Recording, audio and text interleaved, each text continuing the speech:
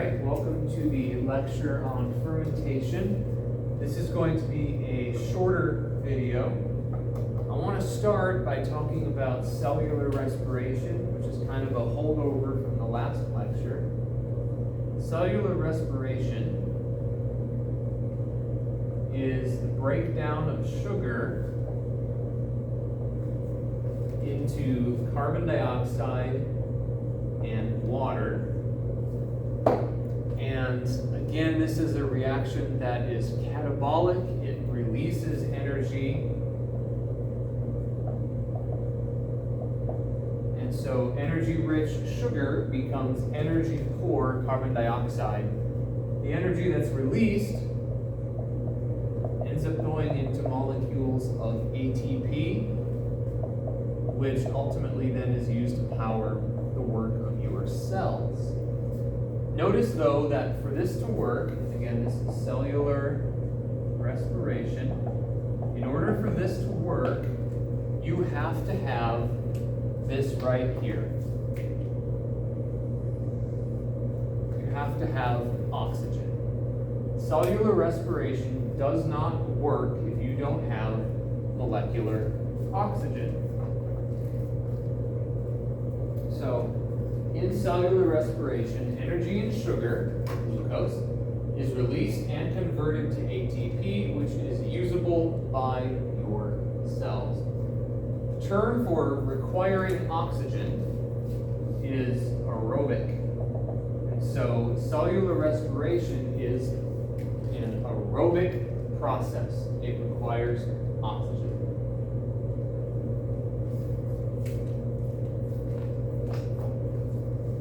Cellular respiration, in converting sugar to ATP, actually let me rephrase that. Cellular respiration takes the energy from sugar and moves it over to ATP. Because the sugar itself doesn't actually get converted into ATP, it's just that the energy from it gets released and then goes there. So, one molecule of sugar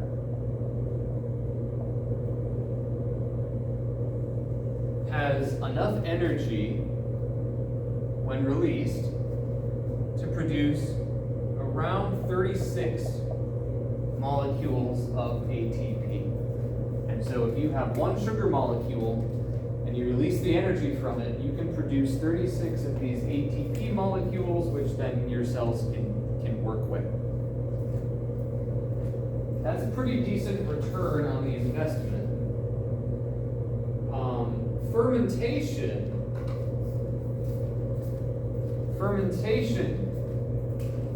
Actually, let's just keep this in mind for now. One sugar molecule, 36 ATP in cellular respiration.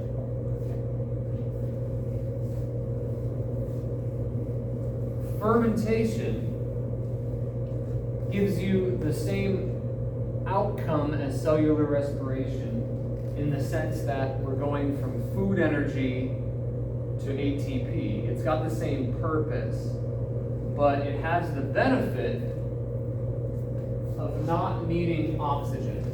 So fermentation is a way of converting food energy into ATP that does not require oxygen. The name for not requiring oxygen is anaerobic, and so fermentation is an anaerobic activity. Now, you might think then that fermentation is superior because it's just like cellular respiration in what it does, but it doesn't have that nagging requirement of oxygen being around. However, there is a downside, and that is the efficiency of it. With fermentation, one sugar molecule can only be used to produce 2 molecules of ATP. And so your return on that one sugar molecule is a lot less. And so you have to have a lot more sugar ultimately to produce the same amount of cellular energy currency in the form of ATP. There are two types of fermentation that are used. Those two forms are called lactic acid and alcohol fermentation. Let's go ahead and start with lactic acid fermentation. Lactic acid fermentation can be done by some animal species.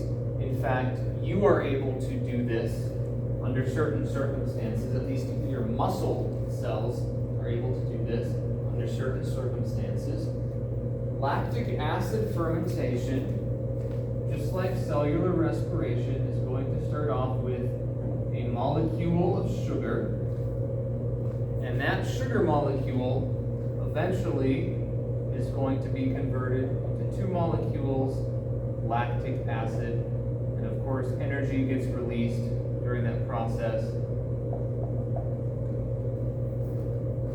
But it's called lactic acid fermentation because in the process of breaking down the sugar, we end up with lactic acid as a byproduct. So, foods. When you think of fermentation, most likely you think of foods. How does that work? How it works is that you are taking sugars, you're feeding it to bacteria in conditions that don't have oxygen. They're breaking it apart, consuming it, digesting it. They're producing lactic acid as a byproduct as they convert the sugar into usable energy. And ultimately, that fermenting action changes the physical buildup, or makeup, I should say, the physical makeup of the food that they are breaking down. For example, lactobacillus and other bacteria, when added to milk, will help convert it to yogurt. Now, in converting it to yogurt, you also have to heat the milk to denature the proteins. That affects the texture of it. But if you follow that process and then you feed that heated milk, that denatured milk, to bacteria, they will ferment it and will produce, ultimately, yogurt. Greek yogurt, by the way, is fantastic if you've never had it. Yogurt involves the fermentation of milk being fed to certain bacteria. Sauerkraut involves feeding cabbage to certain bacteria which ferment the cabbage. Sour cream involves the fermentation of cream. You take food items, you give it to a certain organism that starts to break it down and conduct this method of converting food into usable energy, and all the byproducts are what we end up consuming. The other type of fermentation is alcohol fermentation.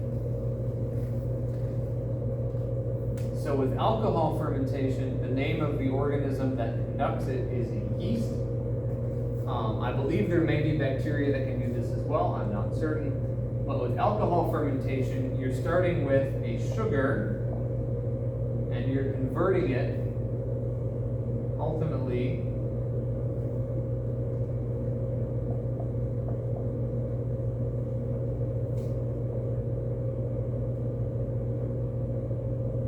carbon dioxide and ethanol. So alcohol fermentation involves giving sugar to a species of fungus called yeast. The yeast begin to break it down. They're trying to just get usable energy out of it. But the byproducts are ethanol and CO2, and those are going to be what affect the food or drink in a way that we like and then we consume. So as I'm sure you would guess from the name, alcoholic drinks are produced by alcohol fermentation. The different types of alcohols ultimately come from different types of foods that you feed the yeasts or bacteria. So if you give grapes to certain yeasts, they will break down the sugars in the grapes, and the action of that fermenting will ultimately produce wine. If you with barley, you'll get beer. If you do it with potatoes, you'll get vodka. Molasses will give you rum. You get the idea. The different drinks come from giving different types of foods to specific yeast species that ferment them. Also, when yeast is added to when baking bread, when yeast is added to baking bread, carbon dioxide bubbles that are a byproduct of the yeast fermenting, those create the holes that you see within the bread. And that's also why the bread rises, because of that increased space, the gas bubbles causing it to rise. So fermentation as a general whole is a method of making ATP, adenosine triphosphate, from sugars. It's a way to get the energy out of sugars into ATP, and it's a way of doing it without oxygen, an environment that is anaerobic. The fact that we get food out of it is because we've harnessed the abilities of bacteria and yeast to conduct fermentation, and then we've fed certain foods to them, and the byproducts are what we consume. Should be it. Oh, almost it. Okay. Speaking of yeast and bacteria,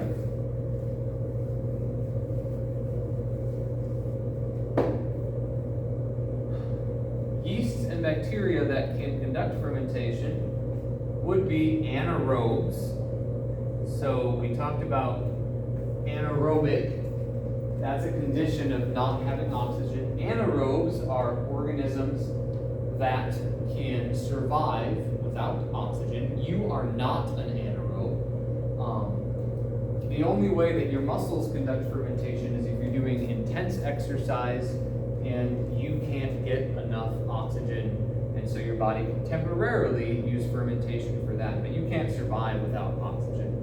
But anaerobes can, and again, this is primarily some bacteria and some yeast species, not most, but some. Certain organisms can survive both oxygen-rich conditions and conditions without oxygen. Those organisms are called facultative anaerobes, and so if you ever get baking yeast from the grocery store, that is a facultative anaerobe. It can survive in oxygenated conditions, but it can also survive anaerobic conditions. However, certain species cannot survive if there's too much oxygen, and they're called obligate anaerobes. That means they have to live without sufficient oxygen or it will kill them.